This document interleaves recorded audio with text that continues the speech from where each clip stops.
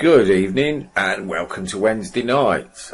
If you're thinking, Mark Gillard, your voice has gone a bit funny, I'm afraid Mark's poorly tonight, so we're filling in for him and saving you from that loop of the player. So it's all a bit last minute. Tony was going to do this, but Tony's snowed under doing some good work for someone, so I've agreed to step in, and I've got a bit of a treat for you. We've got Fragz. Hi, Fragz. Good evening, good evening, everybody. So, yeah, we're wondering what to talk about tonight, and you had an interesting weekend and did something a little bit out of the ordinary for you, and that kind of seemed like something worth talking about. Yeah, well, all I've done this weekend is I just literally got away from the computer. I went outside, got in the car. I'm lucky enough to go 10 minutes and be in a forest, and I took my camcorder with me and cooked a little bit of something up when I got home, and I felt amazing when I got back. Yeah, that's pretty cool. I mean, for anybody that's not aware, you, like me, you've got health problems, you've got problems with your spine, so getting out in the countryside isn't always an easy option, is it? No, not at all, no. It's made me feel amazing, though, but, I feel the pain for it. That's personal, but yeah, it's I highly recommend it. Really, I've been speaking to a few people as I do through the week, and it's really all I've been going on about. But it kind of hit to me that sometimes we're in front of our computers far too much. We've got to get away from it. Really, whether it's a smartphone, whether you're working and you're watching Coronation Street, that cycle, it's that kind of thing, really, which I've been highlighting.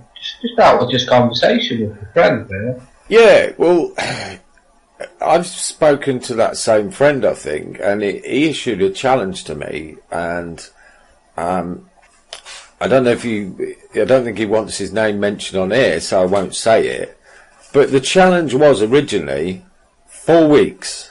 Take 4 weeks out of your life and get away from your computer, your mobile phone, telephone, iPad, whatever, TV, all of that shit. Just turn it all off, get away, get out in the countryside, get your shoes and socks off, feet on the wet grass. Well, it's not only just countryside, is it, Andy? I mean, get to the local park. I mean, there's still a lot of the old Victorian parks in the inner city areas, where I come from, anyway, in the city. Just getting out there and just getting that fresh air, spot the chemtrails, let it get you out the door. I mean, walk away. I've been suffering quite a bit lately with this. Well, it took a lot for me to do what I've done personally. Yeah, well, I recommend it. Yeah, but because of what we do, 4 weeks is almost like forever to spend away from all that technology, because it's pretty much what we are and what we do at the minute. But I think it was you who came up with the suggestion the other night on this challenge. Rather than say, right, okay, we're only going to accept people who do a 4-week challenge, why not do a kind of bronze, silver and gold? And for the bronze version, do 4 days. 4 days with no internet, no TV, no radio, no telephone, no mobile, nothing. And anybody who's a bit braver, go for the silver challenge, 2 weeks. And if you really think you can handle it, it's not going to be a problem, go the whole Monty and do 4 weeks. And we'll call that the gold challenge. So I'd be interested to know who is going to take us up on that challenge. Can I just throw a critical question here, Andy, please? Excuse me. How are we going to know if someone's done it or not? Do they have to record it and use technology? Sorry, I couldn't resist that. Well, no, I mean, let's face it, it's like they always told you at school when you was doing your exams. You're only cheating yourself. And that's a great point indeed, yeah. I was thinking the same, don't get me wrong. And I mean, there's plenty of evidence to show you out there that the technology that we've got, particularly Wi-Fi and all kinds of wireless radio waves, microwaves, whatever, is not terribly good for you.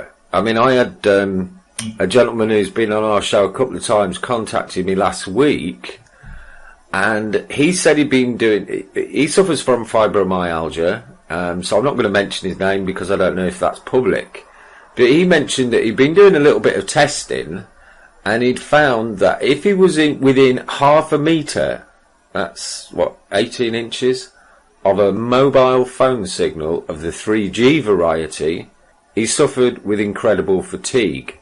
And when he stays away from them, it's nowhere near as bad. So, is that called EMF sensitive, by the way? Yeah, it is, yeah. And it ties in nicely to what we've got coming up, because on the 17th of this month, we've got Dr. Barry Trower, former Royal Navy microwave weapons expert, coming on. And the day this gentleman messaged me and told me what his discoveries were, he said he's not quite ready to go public with his research yet because he needs to do some more tests. But I spoke to Dr. Trower on the phone. Now, that is one of those phones that plugs in the wall because he won't even have a computer in his house. He hates the things. If you want to interview him, you've got to phone him up on the landline, which we're going to get that sorted. And I mentioned my friend's EMF sensitivity, or whatever you want to call it. I see Lee's just got mentioned he's got a mate who's got EMF sensitivity, or so he claims. Well, yeah. I mentioned to Barry Trower about my friend's findings, and he said, oh, yes, we've known about that since 1932. And I'm like, what? You know, I mean, they're putting out this technology, Wi-Fi in schools. You know, all the children have now got a laptop at their desk, and what's it got right near where your groin is? Bloody Wi-Fi sender, hasn't it? Couldn't agree more with that. I literally, obviously not sleeping well, as many have the issue. I kind of fell asleep with the laptop on, excuse me, literally on the side of the bed. And I'd never got a good night's kit. And when the laptop wasn't there, I had a good night's kit. I'll fall asleep with the TV on, kind of things, similar kind of routine, if you like, to get your head down. Yeah, I know what you mean. But I've seen some of Barry's interviews and stuff, and I have checked a little bit of it out, and I do kind of understand how it works to a point. And there was a lot there's been a lot over the years with certain communities where they've been fighting the council, and they're doing corporate deals, and no one's got a say on them. Like fracking work, really. And they were putting mobile phone masts up. I'm going back about 10 years, probably a little bit more. And people started to get ill, and there was some communities who really got together, and they was getting documents and stuff to really prove this in the courts, regarding, doctors' notes and everything. The local doctor was on board, and the mobile phone masts definitely do cause irritation in people. Well, that's where I got the word EMF sensitivity for. Yeah, I think he really nails it pretty easy. He explains it really, really well, I think. Yeah, there's also quite a few people I've seen who've done studies, and it seems to show there are massive cancer clusters all around mobile phone masts and also electric pylons. Yep, it's been proven that, and I do believe that personally, anyway, yeah. Yeah, I just see we've got a comment from Luby, who anyone who listens to Enemy Within regular know is my other half. And she says, I began having fibromyalgia symptoms after moving to a block of flats surrounded by Wi-Fi, etc. from a semi-house in a village. Well, yeah, I did a check the other day. I don't use Wi-Fi. I hate the bloody stuff. I won't have anything that's cordless. If the phone rings, I have to go in the other room because that's where it's plugged in. But when we moved in here, we didn't notice, but both of our health seemed to deteriorate a little bit, but it was just a gradual thing. But when you look, I searched how many Wi-Fi networks were available on my laptop, because I don't think I've even got Wi-Fi on my new PC you built me, Fragz.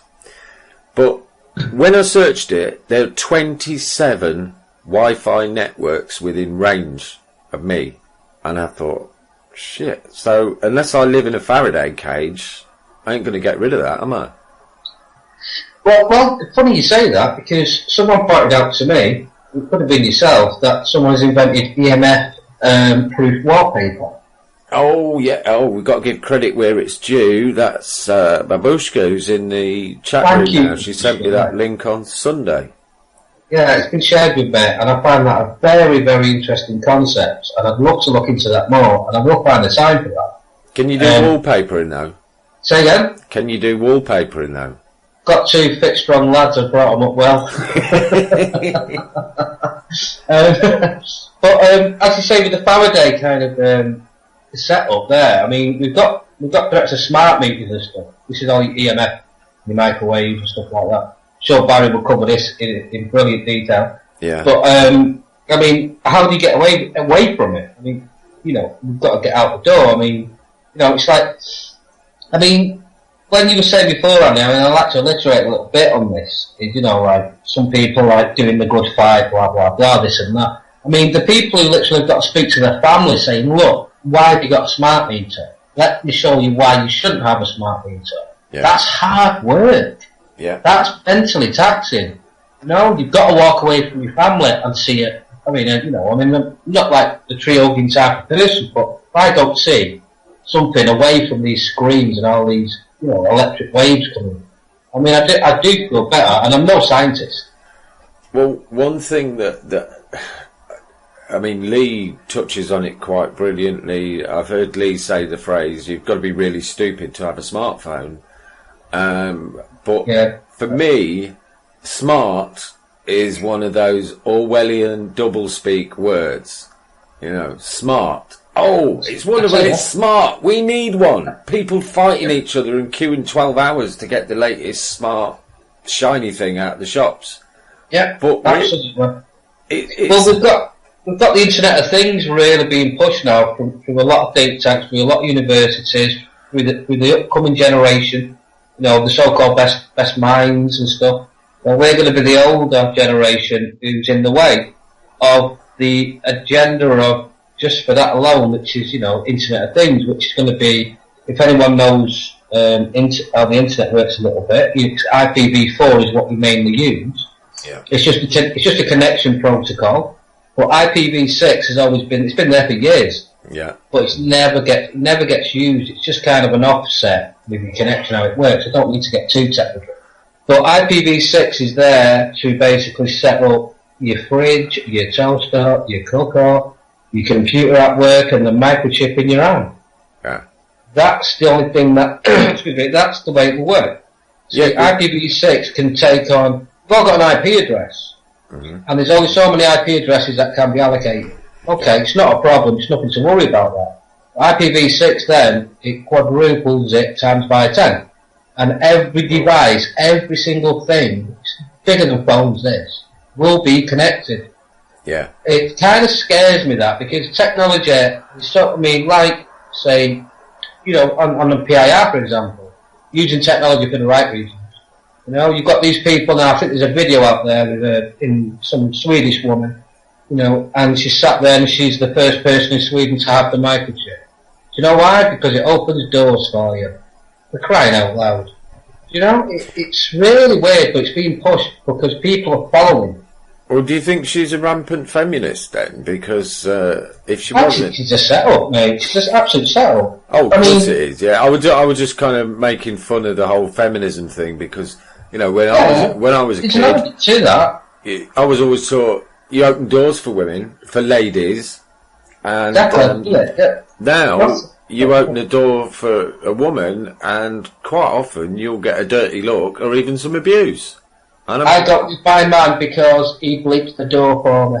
It doesn't sound right, does it? Do you know what I mean? I mean, come on. I mean, we've got to keep realistic here. We've got to be balanced out, surely. Yeah.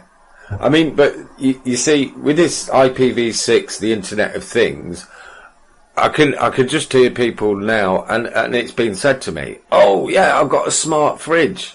That means that when I take something out of the fridge knows, and it tells the supermarket, and then I get a delivery. Isn't that brilliant? Yep, that's the one. Yeah, but it also knows everything else you do. Monitors I mean, you can monitor where you are in your house just by your Wi-Fi signal, can't they? Well, for wanting to be free from it will be a crime, because you will get reminders. And we get reminders because we've not paid a corporation today. Many people find that successful because they understand how it works. But you'll get a reminder that you've not bought anything. And as the old saying goes, the community watch officer will be around to take urine samples in the morning. What's the days? I just wanted to breathe on. No chance. I just wanted to be free for an hour. Not a chance. Yeah. And we're gonna, you beg for your slavery, don't you, as we all know? Oh God, yeah. That's what. Because it makes life easier. That's one of the carrots. There's a few carrots in front of the donkey, so to speak. Oh, that's weird. No, it's all right. It's working. Yeah. So, I think what I'll do at the end of the show, I'll go onto my page on PIR, or I'll put it on the forum if I can work out how to do that. The bronze, silver and gold, what should we call it? The challenge? Just the challenge. Because it's a big one, isn't it? Because I think you know me well enough, Andy.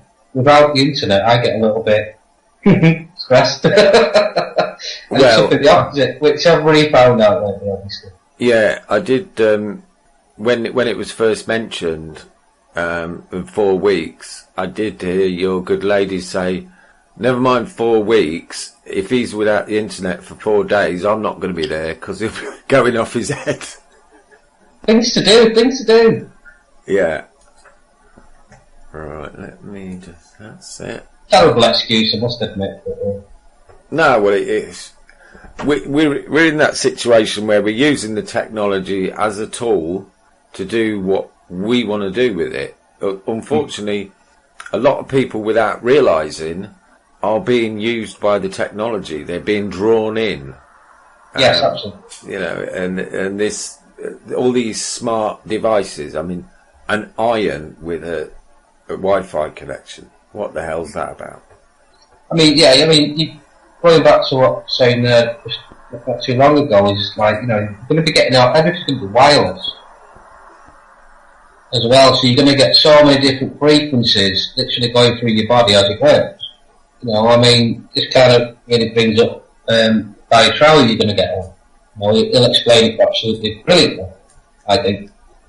But you've got, as you said before, also, you've got children in schools now, they're getting free iPads. I was researching a school a couple of years ago after having some experience with my eldest lad in school. Yeah. It's a total separate thing to do with the police and stuff. And it's the academy system, and they were giving children iPads. And now I can tell you one thing for facts. When my eldest lad was in school, left now, the headmaster of the school was adding every single pupil to his Facebook. And my lad told me, the headmaster added me on Facebook, and he had a really puzzled face, and he says, "You're right to have a puzzled face anyway," basically. Mm-hmm. What do you want him knowing your life after school? It's your time. You'll learn more after school than you will in school these days. He's kind of woke up to that now. He kind of felt it. But, technology this, free laptops there, iPads here, everybody's in the grid. You've got to resist the grid, basically. I've always said, the last bastion of hope will be the internet. Mm-hmm. Once we lose the internet, using it the right way, then I think it's nearly game over. I'm being positive there, saying that. Right. Yeah, I don't want to put you off there, Fragz, but just a message popped up in the chat room, and I think you might guess who it's from, but it says that Rupert sends you a big sloppy kiss. Yeah, no, I just avoided it. Give me that look. It's nice to know that you're listening, Ken and Susie. Guys.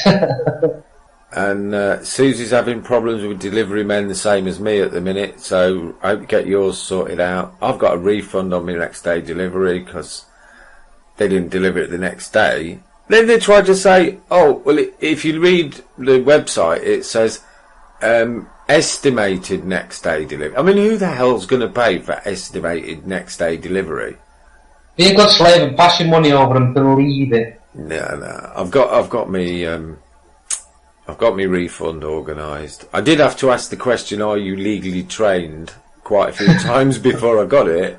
I asked this one young lad, bless his cotton socks, I started talking to him about a contract. He started saying, well, I've emailed the manufacturer and they're going to do it. I said, whoa. My contract is not with the manufacturer, it's with you, your company.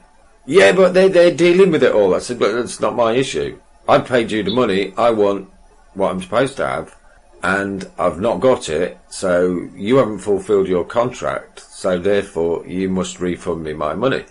And he started waffling on. I said, are you legally trained? He said, well, I just read out the script. I said, yeah, I know that. Are you legally trained? He said, well, I'm quite new here. I'm just learning me. I said, right, I'm going to ask the question a third time. This time I want a yes or no answer. Are you legally trained? And he went, I'll just pass you over to the supervisor. Hold music. So I got passed to the supervisor. The first question I said, hello, Lisa, are you legally trained? And she went, yes, I am. I said, oh, good. Then you'll understand about contract law. Yes.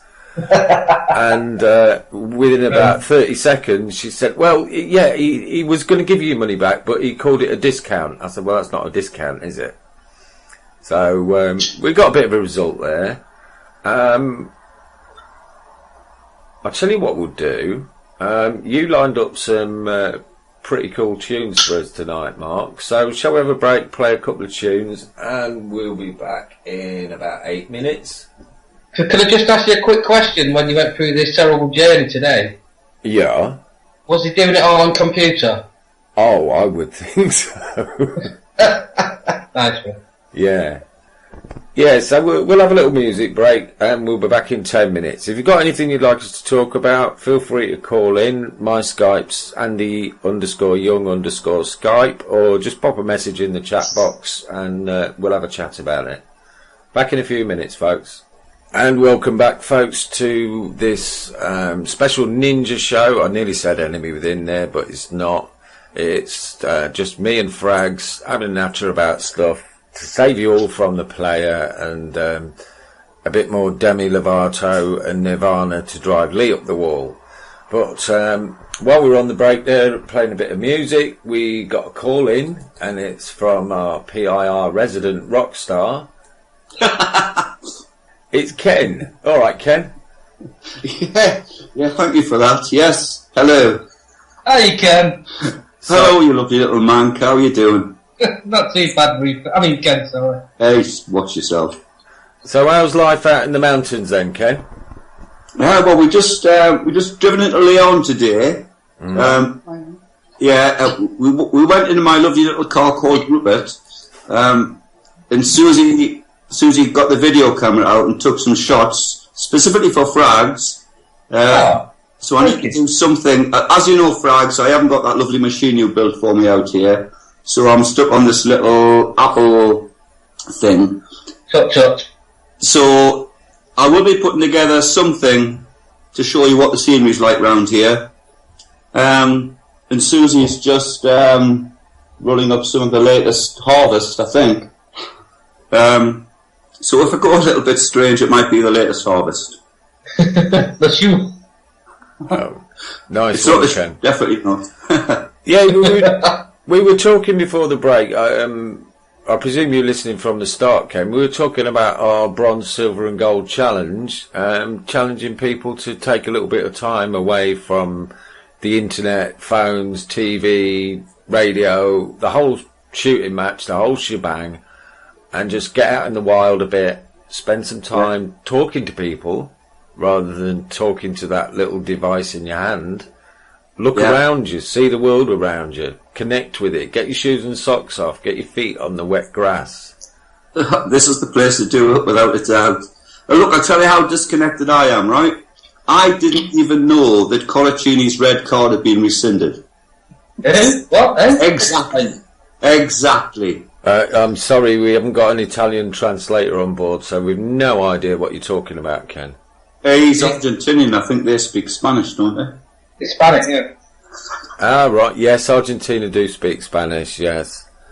So what's this? What's this? I'm guessing it's a sport.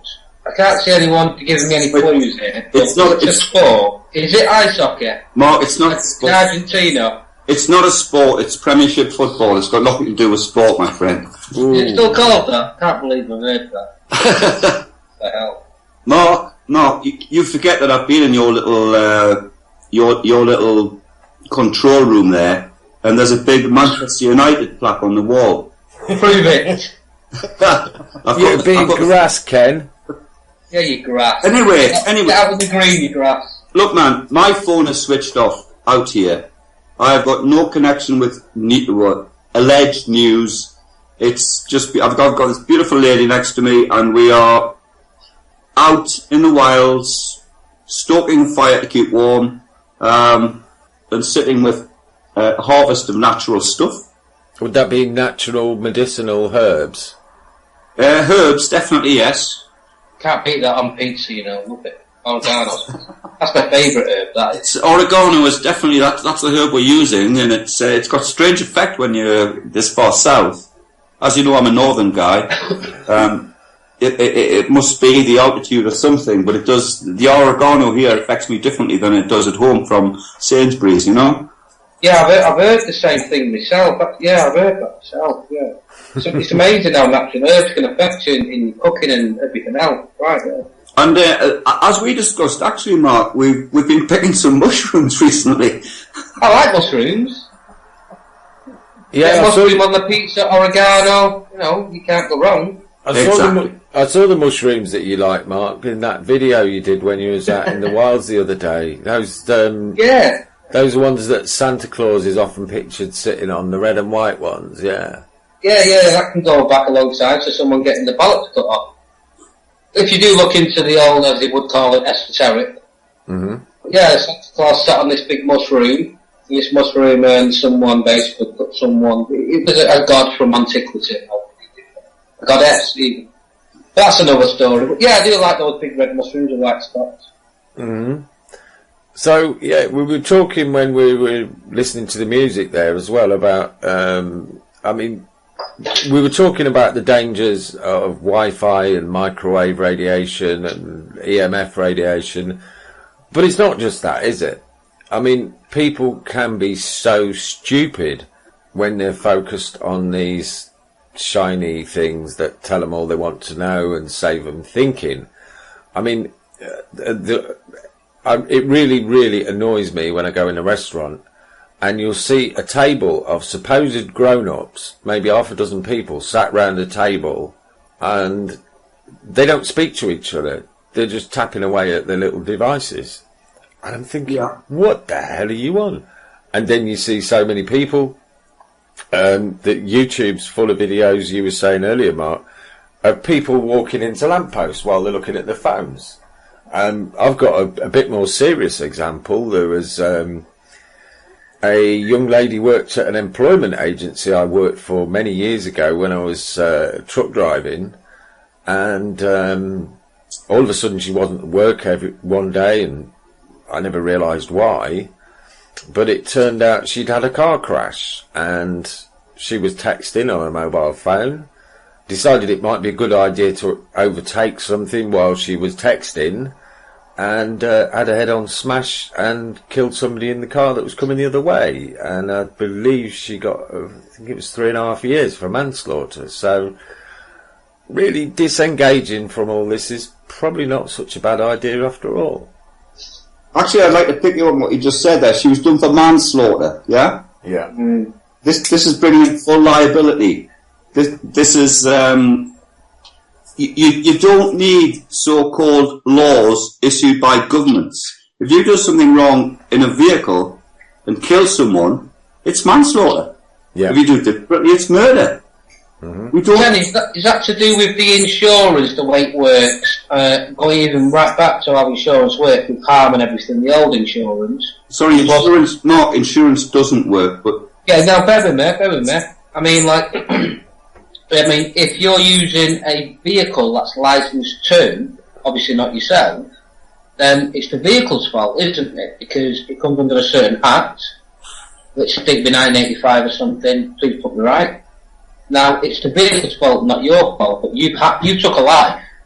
it's murder. It's simple as that. Right, Mark, I'm an anarchist, and I operate under full liability. So if I kill someone while driving, if they step out in front of me, and I'm within a reasonable driving scenario, then it's their fault.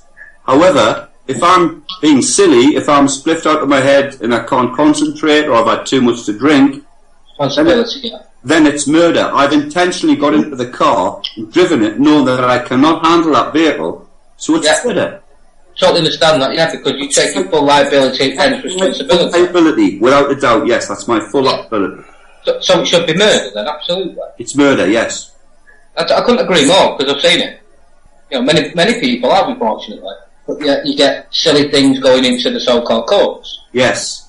Because it's I put it personally, I have to be put right with this, I've not looked into it in depth. But because it's the vehicle, it's not your person. The person is the cash cow. Exactly. So, this is the kind of bullshit that we're seeing too much of. No wonder people are confused, because we are born with responsibility. Yeah. But under law, if they invite me to their hearing, their administrative hearing, then I'm only the trustee of that entity that they invite to attend this hearing. So I've got no liability. It's the beneficiary. Sorry, it's administrator and the beneficiary who pay for it. Well,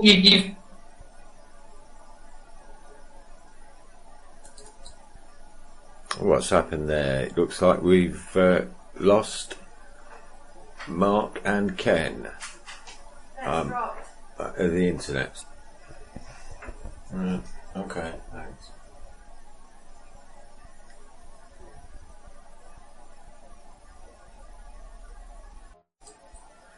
Yeah, sorry about that, folks. The little interlude back on the PIR player there was brought to you courtesy of Sky Broadband.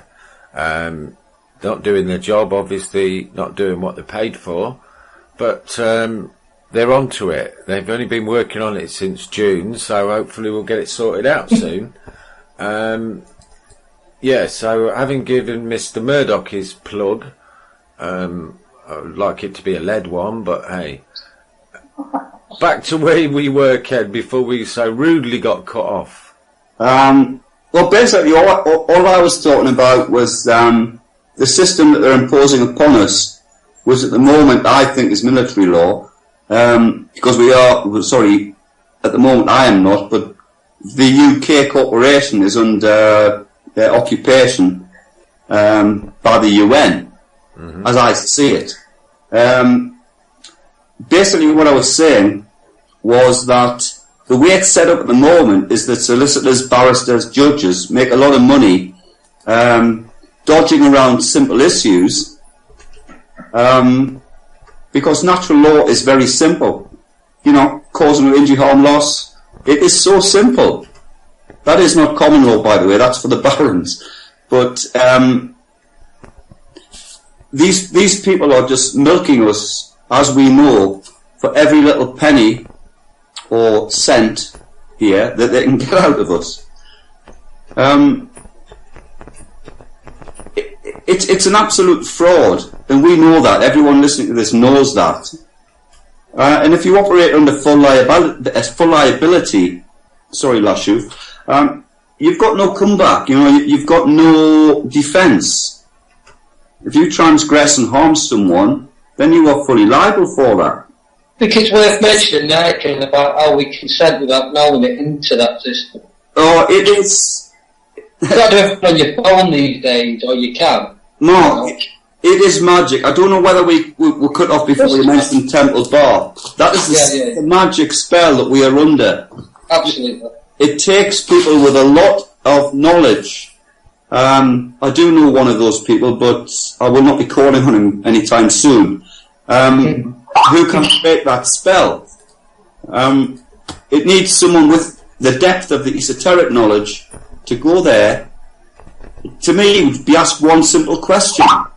But you have to do that in the full public gaze, which is the problem, because they control all of the...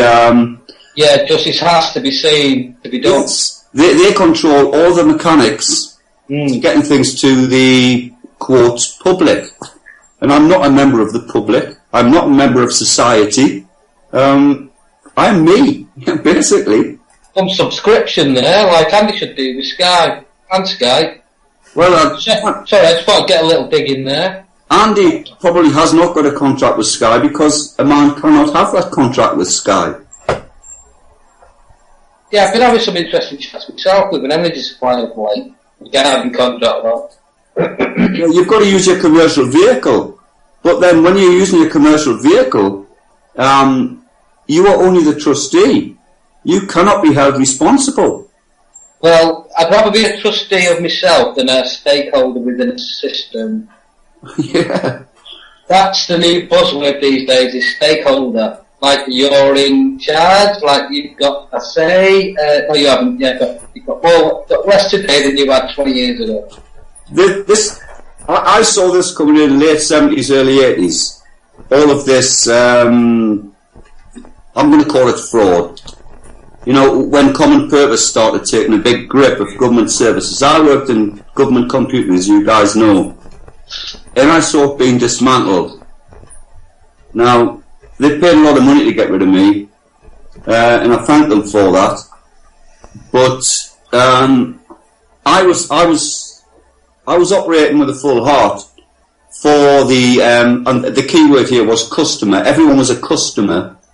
To me, benefit claimants are not customers; they're people with problems who need help. But they were customers, and my heart was with the customer. And doing the best to provide a system which benefits the customer.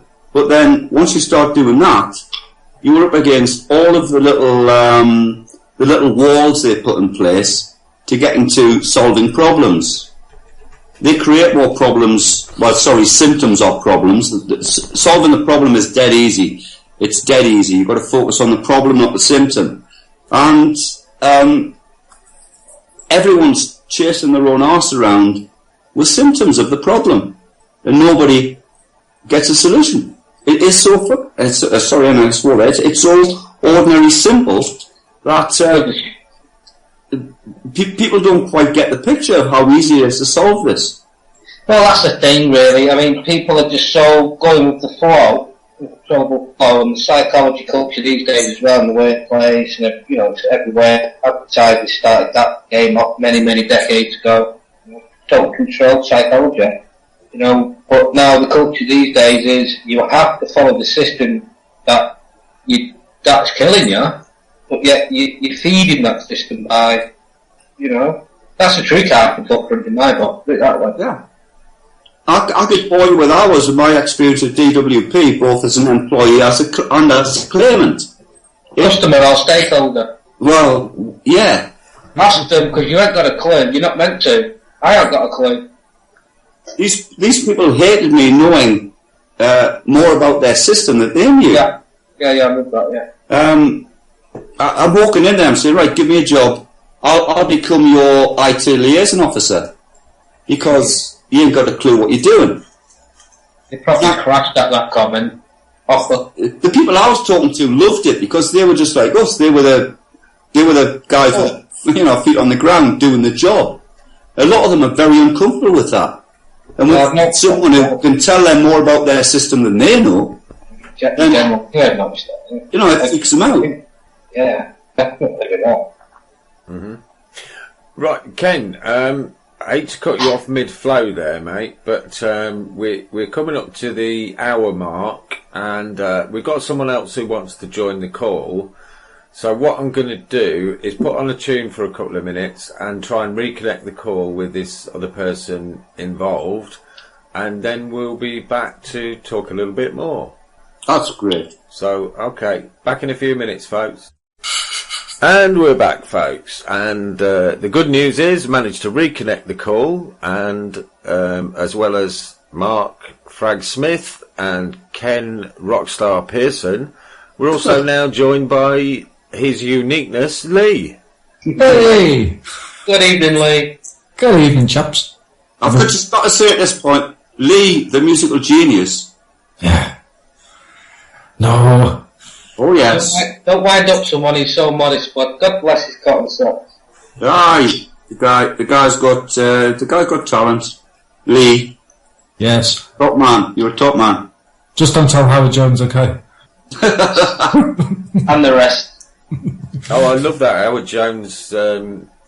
I play that quite a lot.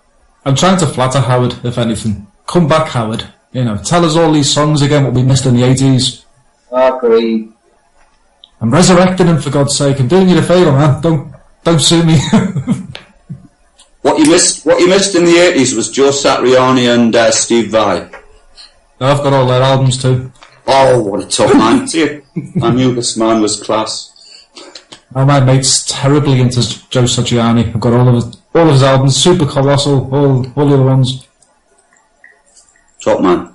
Getting the urge now to use a search engine of my personal choice now to find out who you're on about. We'll put it this way, my mate will tell you, Joe Satriani taught Steve Vai. Yes, then Steve Vai left the miles behind. Yeah, well, I'm not sure about that. Steve Vai makes a lot of noise, whereas Joe Satriani does actually do a nice blues tune now and again. Yeah, so does Vi, but we'll not go down that road because I've heard this one many times. Can I share a story, quick one today? Yeah, please do, Lee. Since we're talking about the batty crazy system we've got, I went to pick up my credit union check today, right? Because I'm with a credit union. Can't really get around the co-op processing it through the dole system. Can't get around that at the moment. I would like to just get rid of the co-op in the middle of this, but I can't. I'm stuck with it. Yeah. But anyway, when I get me benefits, I usually get a check generated from the credit union and go and post it in the post office and get it cashed. So they had this brand new customer service advisor in today. And bearing in mind, I've been with these people for about 2 years now. So it goes in there and come here to pick up my check. So she's like, okay. Gives her the information, what we call the identification. So she's there for about 5 minutes typing into a computer. And then she says to me, have you got any ID? I was like, you're looking at it. And she's like, well, I went, I've just given you identification because it all exists on the computer. That's all you're interested in today. And she's like, but I need ID. I was like, and what are you going to reference it against? And she kind of looked at me with, this blinking South Park look. And I was like, okay, so you're going to get this piece of paper. What are you going to ask it to verify who I am? Because that paper can't talk to you, can it? What are you going to grab from the back office? Is it going to tell you anything? Is it going to give you instructions? And she's still looking at me. I'm going, are you getting me point at the moment what I'm trying to tell you? He said, the identity thing that you keep asking me for, I'm sat right in front of you. I am the identity. And then she just goes to grab the check and another one comes out and says, yeah, well, she's a bit new here. I was like, well, she needs to understand what the difference is between identity and identification. She keeps asking me for my date of birth too. Said, here's my birth certificate. Or here's the birth certificate. Said, read what it says at the bottom. And he's like, this document can't be used as identification. I said, exactly. So when she asks me for my birth certificate as identification or identity, I can't give it her because it's fraud, right? Without a doubt. And he's still looking at me like I'm a moron. I'm like, I tell you what, Lee. With kids, this is what we're dealing with. People are not au fait with how the system operates. They haven't got an effing clue. Well, that's how they get the job, Lee. Yeah, but I've kind of noticed personally that when they don't understand someone who's human, they always blame it on she's new or he's new. Yeah. And they're looking at the same screen you've been trained with for the same 6 months. Well, they don't. They just go in there. Just follow that. It's in plain English. In 8-bit print on a screen. Hey, Mark, when they get somebody put in front of them who actually put those screens into their system, it freaks the crap out of them. Yeah, mentally, obviously. But I mean, the excuses, I think we've got about 5 either. Always get beyond them pretty quick. Oh, she's new. Or you've got the supervisor who just literally regurgitates what she's trained her staff, what she was trained from a month ago. blah, blah, blah. And then you think, right, I'm going over the hills here, but I'm getting a flow going, you know, I'm going up and down, up and down. Eventually you get through to someone, they say, yeah, what's the problem? Oh, it's sorted. There you go. This other phone, for example, I mean, but they're looking at computer screen, the same thing. But they're human interacting with another human. You know, there's no excuse there, sure. I totally agree with what you're saying there, Lee, in a big way. It's just this passport thing that makes me giggle. It gets them every time. You can blag a passport so easy. You know, and they want that as, I mean, you're human, you're there. You know, this is where they want to put the microchip, I'm sure of it. You don't need a birth certificate to get a passport. Yep, true.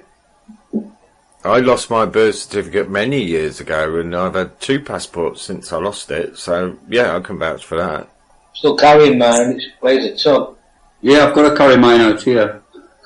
It's only the first page, really, you need. You don't particularly need the picture. True. Well, a little tip for you there, Ken. I'm sure I've told you it before, but when I lived in sunny España, I went to the local copy shop. There's quite a few expats had done this and showed me what they'd done, and they photocopied the first and second page of your passport, the ones with all the relevant bull crap on them, or the front and back, whatever it is, and then they reduce it to a credit card size and laminate it, and you carry that around. Yeah, it's not technically carrying your passport around, but I've travelled from Spain back to UK and back to Spain again without showing anything but that document when challenged. So even the UK border controls accept that. Yet, funny enough, you go to cash a cheque at the post office. Oh no, that's not identification. You need your actual passport. I said, well, you can travel anywhere in Europe on it. Ah, yeah, but it's not good enough for us. I did not show my passport getting out of UK and into Spain. I passed the Spanish border guard at Santander. I went to get the passport. He saw the cover and he just waved me through. I could have been loaded with explosives, AK-47s, anything you like. Nobody checked my car anytime. I just drove through. Had you been up to Morrison's with Jason? Because he's always talking about buying explosives from Morrison's. Well, Morrison security is far greater than this security, believe me. Morrison security is basically it from Israel, to be honest. Yeah. It's G4S, it's simple. How do you think sanction people? G4S. No, but what's it like coming back though? I mean, I've experienced it going over just the borders through Europe, and they've got dogs in the ashtray, man, and there's not even no ashtray since the car was built. They weren't allowed EU rules again. You know, the dogs are everywhere. I mean, listen, the immigrant isn't that small. What's your problem? And they were all jacked up in their eyes, you know, and they've been fear-fed so much for training and stuff like that. Mm-hmm. They do statistics on a computer yet again at the end of the month. Helps with their pay grade. Oh God, I'll catch someone somewhere. And they're checking the exhaust pipe, crying out loud. That's coming back into England.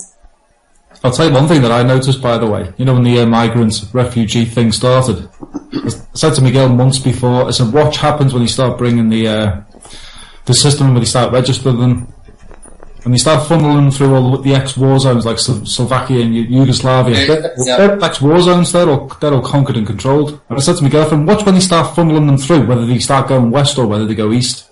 This was months ago. So the idea is to get them fingerprinted into the system. That's what all that's for. Exactly. I mean, in India, the third world countries are always I've always said to myself, they're the laboratories. A few years ago, they was doing the retina scans in India.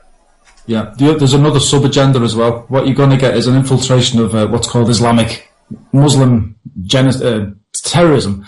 And it's a Catholic versus Muslim war they're starting. This is what Putin's getting involved in. He is Saint Vlad. He's going to represent the Catholic arm of Europe. And I see where you're coming from, yeah. It's really uncanny. I totally am with that, yeah. I don't know the history of it. Well, it's been written. I've been seeing that setting up for years. Yeah, the Vatican souls at the heart of it. Yeah.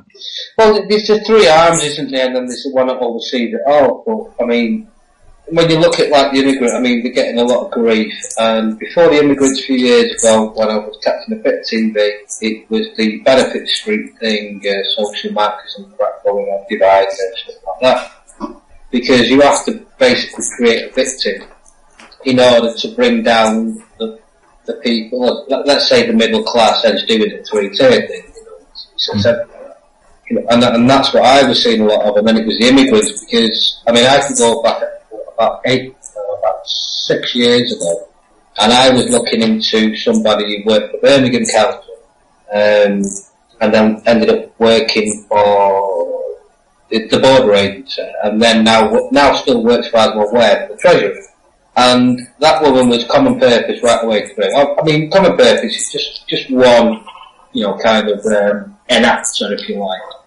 But I mean, that goes back to your Tavistock and like your think tank, and your Marxist think tanks, and things like that. We'll use that bit there and want to change society that way. And she made sure, it's proven, that she made sure the gates were open while the politicians, who she had more power over, that they couldn't stop her because of the EU crap. And none of them are allowed to be in the EU, if you do look into this, allowed to be prosecuted, even when they retire. It's out there. And she literally made sure them gates were open to enact what I think you hinted at anyway, Lee, this old doctrine that certain societies literally are literally enacting now. It's been there for years, decades. Yeah. Millennia. Yeah. Wow. So if anyone wants to really understand this, go and read the speech by Churchill in Zurich in 1961, I think it is. And he tells you, we'd like a European Council. Well, have you got that now? Yeah, you got that. We'd like a model based on the United States of America. We'll call it the United States of Europe. Have you got that? Yeah, you got that. He also said we'll create a United Nations to bring the world together and stop war. Yeah. He has been quoted, I think, before that as well, Lee, which was, I think, the biggest clue in them earlier on, was, what was it? It goes along the lines of, we won't be part of Europe, but we will be friends with Europe because there's a sea that divides us or something. That was in the early days, just after a while when he was trying to get... And we're back again, folks. Sorry about that. Another bad advert for Mr. Murdoch's shitty internet service. But we've managed to get the troops back together. And was it you that were talking there when the call dropped, Lee? I was going to pick up on what Babushka said on the chat there. Hello, Yvonne. She said, what's with the post office asking what's in your parcel? If you refuse to tell them, can they refuse to accept it and post it? It's me, it's just another tiptoe to nose into our lives. Well, here's a funny story about that, right? Last time I went in there a couple of weeks ago, I posted me mate some cash, some paper stuff. Ooh. So when I cashed in my check, I usually pay all my bills, as you do. But while I'm there, I took 60 paper notes worth, stapled into a happy birthday card, and just wrote on inside, 60 tokens, mate. He knows what it's for. So the fella's watching me do this, and he says, and I said to him, can you do that registered post so someone signs at the other side of it, so just so I know it's been received? And he went, £2.85. I went, what? Why is it that much? He went, well, there's more than £50 value in that. I went, hey mate, let me be the judge of that. There's no value in this note, this envelope. There's 60 paper debt notes. That's it. There's nothing valuable in there. So what's the cheapest? And he was like, it's £1.50. I went, do me a favour, don't assume that I value this like you do. I don't. There's nothing of value in this thing ever. And he just looked at me like I was a Martian. How's that for a story? I'm assuming you get that look quite often then, Lee. Yeah. It's a bit of irony though, isn't it? Yeah. It's like, it really is. It really is. Pound in there. I don't think there's £50 worth of value. There isn't. Yeah. I'm going to use that, Lee, if you don't mind. I'm going to explain that to people and get odd looks off people who are good friends of mine. Yeah. I think I got him when I said £60 worth of debt notes there. There's no value to it, especially not £50 worth. And you just... You insure me for 60 quid because I've already lost it. Yeah. It's just a double blink again of people. It's the blink. Well, when you think about it, the value of those £60 is not that great because I remember when I left school, I think my first weekly wage was about £18. That was for a 40-hour week. And so you work out, £18 a week. That was a week's wage back then. So now 60 quid, is that a day's wage? Used to be. So it's probably worth about £3 in 1980 money. the card I actually stapled it to is probably worth more. Yeah. More better quality paper. Better quality paper. It's got colour on it. Yeah. This reminds me of a conversation I had last time I was in Barclays Bank. I bet I they have love these you. conversations every time I go in there. Sometimes, I mean, I don't keep money in my account, so if I've got to pay a bill, if I buy something on my Barclays card, I go in, take the cash and pay the bill. So I took these promissory notes, as I keep saying quite loudly in the bank. I said, do you accept Bank of England promissory notes? Oh yes, that's... The last girl, and every time she sees me at the end of the queue and it's her, she craps herself. The last time I was in there, I was going on about the promissory notes. I said, well, what do you think it is? She said, well, it's pound sterling. Which is very interesting, because next time I go in, I'm going to ask for £20 of sterling silver, please, for this note. Because you told me it was pound sterling. Could you explain what sterling is, please? These people haven't got a clue. And you can see them as I get to the end of the queue going, oh, shit, don't give me him. He's a nutter. But the conversation is very loud, and if there's a big queue, I love it. I love performing. It's brilliant. Yeah. I've just noticed what Babishka's told the post office staff is in the parcel. Yeah, vibrator. Yeah, nice one, girl. The only problem is you can't ship batteries through the post, Babs. They might get on. It's funny you say that there, Lee, because I was just thinking when you give us that brilliant story, just a moment ago, the sign that was on the left of me last time I went to the post office counter to send something, and no ammunition, it said as well. Surely you've seen this, guys, surely. Yeah. No ammunition. I mean, I'm not being funny, but where I was sending it to, I could have shot a bloody pellet that far, if you know what I mean. You know what to wind them up. All Babushka's got to do is put on the envelope, batteries not included. Absolutely. Yeah, you get away with it. And off it goes. Well, batteries are now a terrorist, aren't they? If you look at the terrorist, the American one, batteries, You'll notice as well that, you know, when you see the circle with the red line through as if to say you can't send that item, they're increasing every day. Have you noticed? First it was batteries, then it was cameras, then it was vibrators, then it was, Meccano sets. What next? Oh, I'll tell you another funny story then. yeah. Before my lady wife died, we used to go on holiday to the Dominican Republic, and we stayed within the hotel complex because of all the horror stories when you go out. So we went to the bar. I went to the bar to watch some football in the hotel complex. You know, normally when you go into a bar in England, it's no smoking. They had a sign similar to that at the door of this bar which said no guns. And I didn't have a gun with me, so I was quite all right, you know. This is an American hotel, by the way. Never. Yeah, no guns. You should see some of the people are let in there as well. That's disgraceful. That's another story, though. I remember looking a few years back at some council silly initiative about stopping people dropping litter. I think I've seen it since, and not that long ago since. And what it was spraying on the floor the old sign, what we used to get on the side of bins, you know, the old little stick Pearson thing, put it into a bin. Big thing on, as I was a kid anyway, about it and all that crap. And they were about spraying up the floors. And I think it's happening in the Netherlands somewhere. Can't remember. And it works to a T. Rather than you've got the idiots who get a radio call, who were pulling an old man out of his car because he dropped his receipt getting in his car.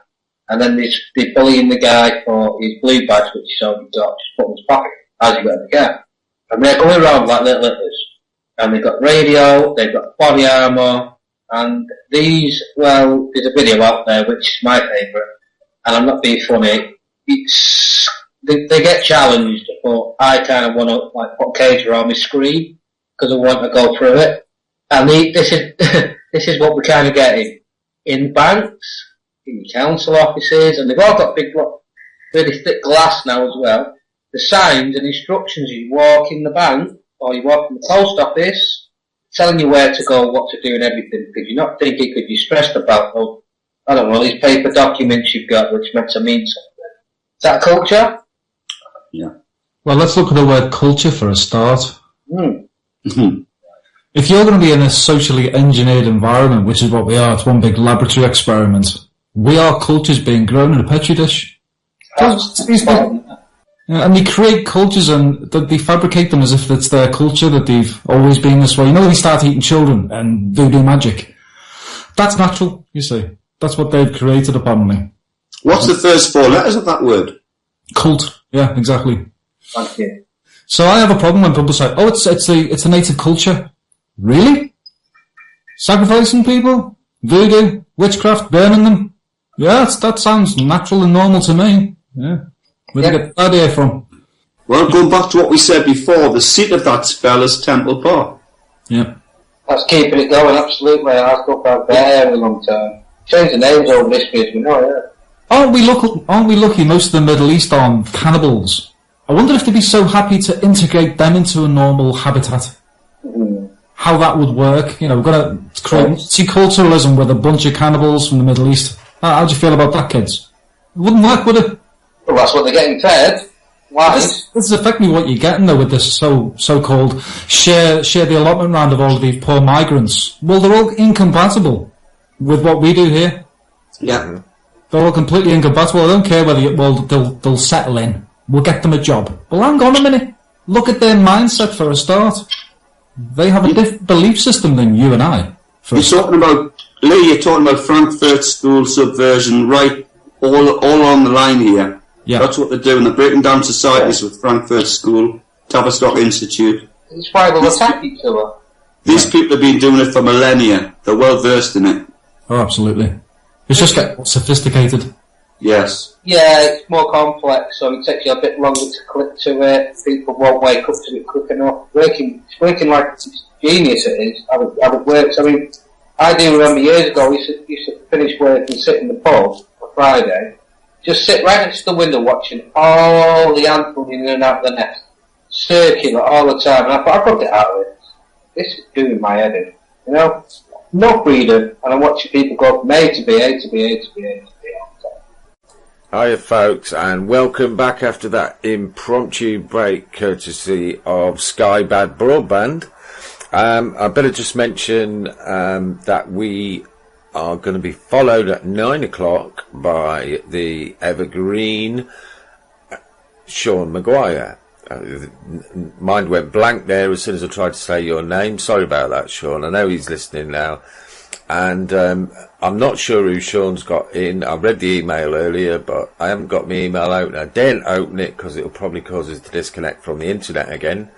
So stay tuned. We've got Sean Maguire with Out of the Bag, some punk music, some interesting guests, and a little bit of chat coming from Sean from 9 till midnight, followed by Stephen Roberts and Cancel the Cabal from midnight to 2 a.m. And then, who knows, might be on the stream playing some tunes later. Have we got all you guys back? Yeah. Yeah, we're going to talk about Britney Spears now, aren't we? Unfortunately, I'm back, but unfortunately more. No, please not, okay? No, well, I think she's wonderful. She's a brilliant musician. I mean, we should all listen to Britney and buy all of her albums. Yeah, well, let's follow the social Marxism then, shall we? I'm just trying not to get cut off here, that's all. I know. So, here's something I can pick up on before earlier. You mentioned the Internet of Things. Mm-hmm. If you think about it, the old system was called just the Internet, wasn't it? Yeah. You notice they've done the verbal switcheroo with us all, and now they call it the Internet of Things. Mm-hmm. It's just a mortgage switcheroo on your Internet. Absolutely. Yeah, but as far as the current, quote, legal system is concerned, we are all things anyway. Exactly. Yeah, so now you are the Internet. Yes. Absolutely. Yeah. In the grid. Yeah. The grid. And all you need now is your blood to activate it all, so you can get access to it, and that's your biometrics. Well, yeah, that's a chip I've been going on about lately, just, you know, to myself and stuff. Yeah, the chips are thing, cashless society, all that stuff. perfectly natural, perfectly evolved to go this way. It's all natural, as as Darwin would say. This is natural evolution. When you're in a completely societally controlled, cultish environment, this is natural. Well, transhumanism comes from the Darwin theory. Yeah. There's nothing natural about the computer. But people say, but this is evolution of man. This is natural. This is where we head because it's a natural evolutionary path. But bollocks it is. Yeah, exactly. Bollocks it is. If we think on a bit of a bigger scale, if you like, well, how do you think they're going to hoodwink the whole world population? How are they going to do it? Well, they can't. They can't hoodwink everybody, obviously. So they have to start using threats. They have to start. It's the 11 points of fascism. That thing there. But it's how they're doing it. It's simple. We mentioned culture early on. Culture, where the word comes from, as you said, Lee. This is how they're making people in job centres, for example, sanction someone knowing all the information about them that they're going to be vulnerable and probably homeless tonight. We can look at the way, the police are getting unnecessarily violent. Ken's left me with an old saying there from a little job we was on a few months back with a video camera or two, and he literally had the camera on somebody who was a PCSO, plastic anyway. Yeah. And Ken literally says, "You won't make the grade." And this plastic uniform person was looking at Ken with such a face on that she didn't blink enough. This is culture, cool. Yep.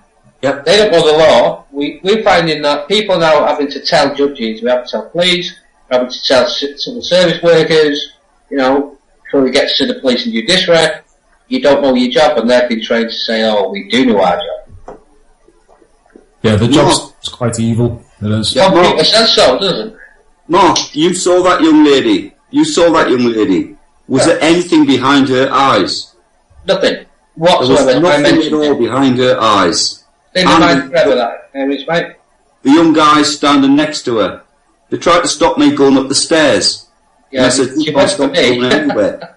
She went Bring for me me. a policeman. If he says that, then fair enough. I'll go up the other stairs over there with the intelligent policeman who I've been talking to.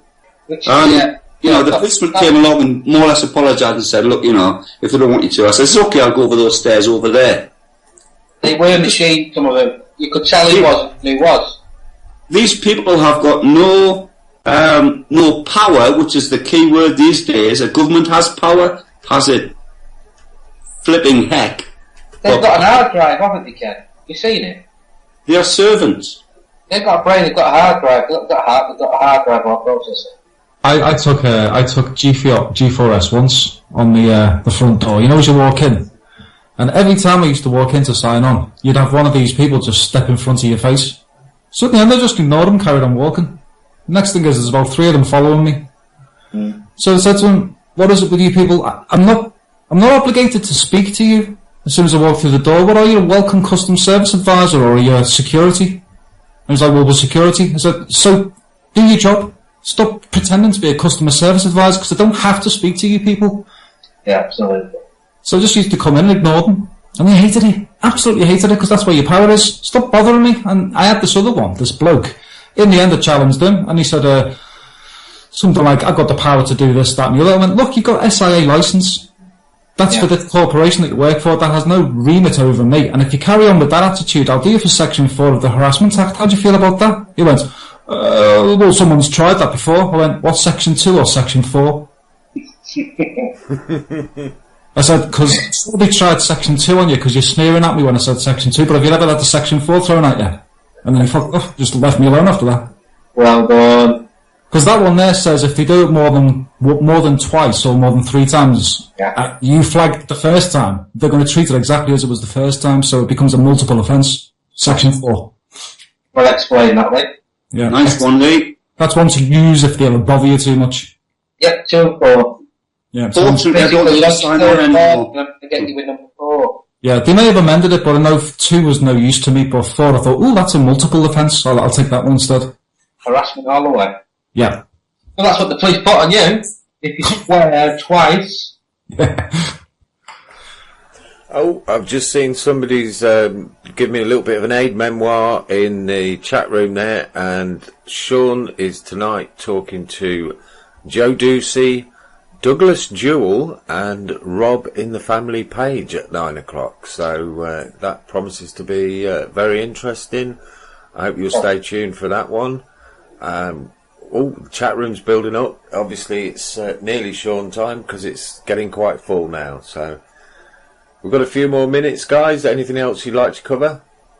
Just to cover that last point there with this other guy, when he said to me, well, after I told him about Section 4, he turned around and said, "You've got a really bad attitude," and I went, "And you're really bad at your job.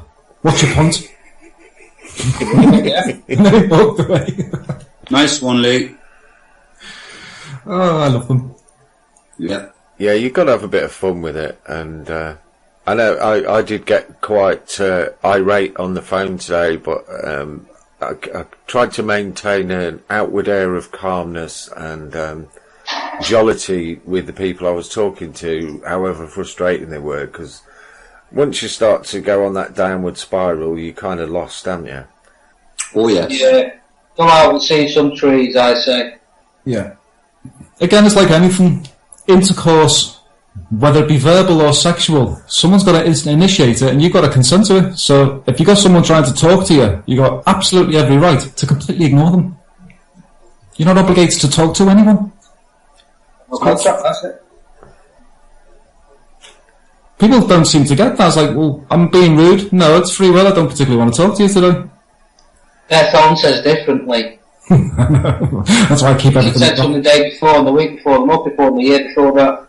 I suppose I'm a bit what's it called, forthright. It's just I don't take no bollocks anymore. I really don't care. That's the right attitude, Lee. Without a doubt, that is the attitude to go forward with. Yeah. So yeah, Babush was saying the Section 4 of what? It's the Protection from Harassment Act, 1997, is it? 98? Can't remember the exact year. Which is bad law. It's not law anyway, because since 1970, is it 2 or 3, when Edward Heath committed treason, we have no legitimate government. We are now under UN occupation. Yep. So there is no law, effectively. No. There's only the illusion of, and you're absolutely right, and it was ratified to the full end last year, November 1st. Yeah, Treaty Nice is the one that got the hammer on as well. It's bad law, so we can ignore it. Which a lot of people are aware of, yeah. They're fighting it. Yeah, the big switcheroo as well was December 2012, when Her Majesty the Queen signed over all authority and auspices to the United Nations through the Commonwealth. So, yeah, you'll be right there, yeah. Ask yourself why they closed Parliament and Buckingham Palace at the same time. They don't exist anymore. Buckingham Palace has only just been a showpiece anyway. That was the handover to the UN for military law. Yeah. That was written in certain documents for when we're all dead, so the kids were like, look, this is our freedom, it was signed in a big nice building, and that's what will be in the history books. It's being written now. The kids are getting them now in a cartoon form in school. Yeah, which is ironic, because I'm going to cover this on Friday about how the United Nations was supposed to stay out of all your private affairs and your national business, and yet they actually say in their own documents, but we've got to surreptitiously subvert them all. Absolutely. I've got some stuff on that now, like. Yeah, including mainly your mass media is what they concentrated on. That was the primary goal, is to propagandise this area. Yeah, the media have stopped guns being fired, in my opinion. Yeah. For decades now. We don't have journalism anymore, I don't think. It's just all bias. Without a doubt. Levinson closed down journalism anyway. Getting up for 3 years ago now. Levinson, the hacking off thing was a big flaw. Yeah. Key communist-minded, I don't know, communism is just a big word. But yeah, they sealed it. The Levinson thing, I mean, it's about a foot and a half high in volume, but a bigger than A4, into an A4 and A3. And yeah, that's what you got to read to know what your rights are to basically look after your nation by reporting good and bad, as Kennedy used to say. Yeah, we can't have treaties superseding common law. You can't have them. well, the media is one of the biggest kind of grips in the jackboot, if you like. Yeah. And that's what's happening. I mean, yeah, I mean, you know, we're all there, we're all in the same place and everything, we're all talking, like, you know, I'm no expert at anything. Mm-hmm. Who instigated the AU, guys? Who instigated the AU? Who's the name forward for doing that? I can go back to just before the Second World War on that. Yeah. And we can talk about princes and the Dragon Bloodline, and we can also see Hitler as the pawn. Well, the directives were written in 1940, 41 through the mouthpiece for it. The mouthpiece is Hermann Goering. Yeah. Yeah. Names. Yeah, I've read. The one thing you'll see with every single one of these treaties, historically, whether you go back to the Treaty of Trianon, the Treaty of Versailles, whatever, is everyone lose land.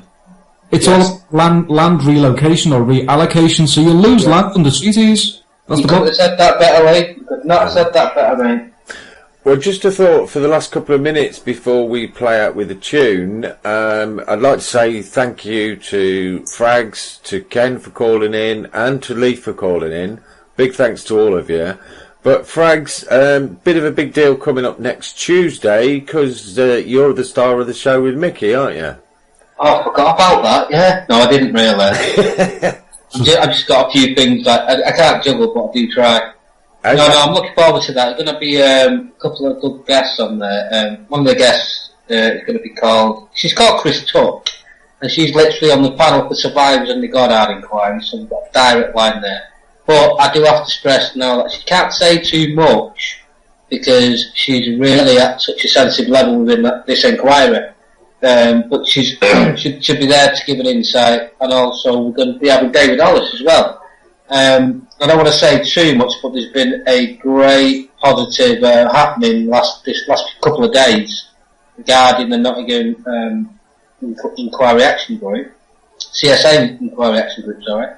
And I'm sure Mickey will be very proud of putting that on. Let's put it this way, all I can say is they've took on the Duke this way and they've won something. Very important, they've won something. So yeah, so that'll be Tuesday this week. Yeah, Thanks, next Tuesday, 7 to 9. Stay tuned for Sean Maguire, followed by Cancel the Cabal at midnight. We'll be back on Friday, and on Friday we've got Bernie Gadd joining us, and Jason, maybe even Fragz, because I know he's making a video with Bernie at the minute. So I'll play you out with another one of Fragz's excellent tunes. Thank you very much, guys, and we'll play out with this one.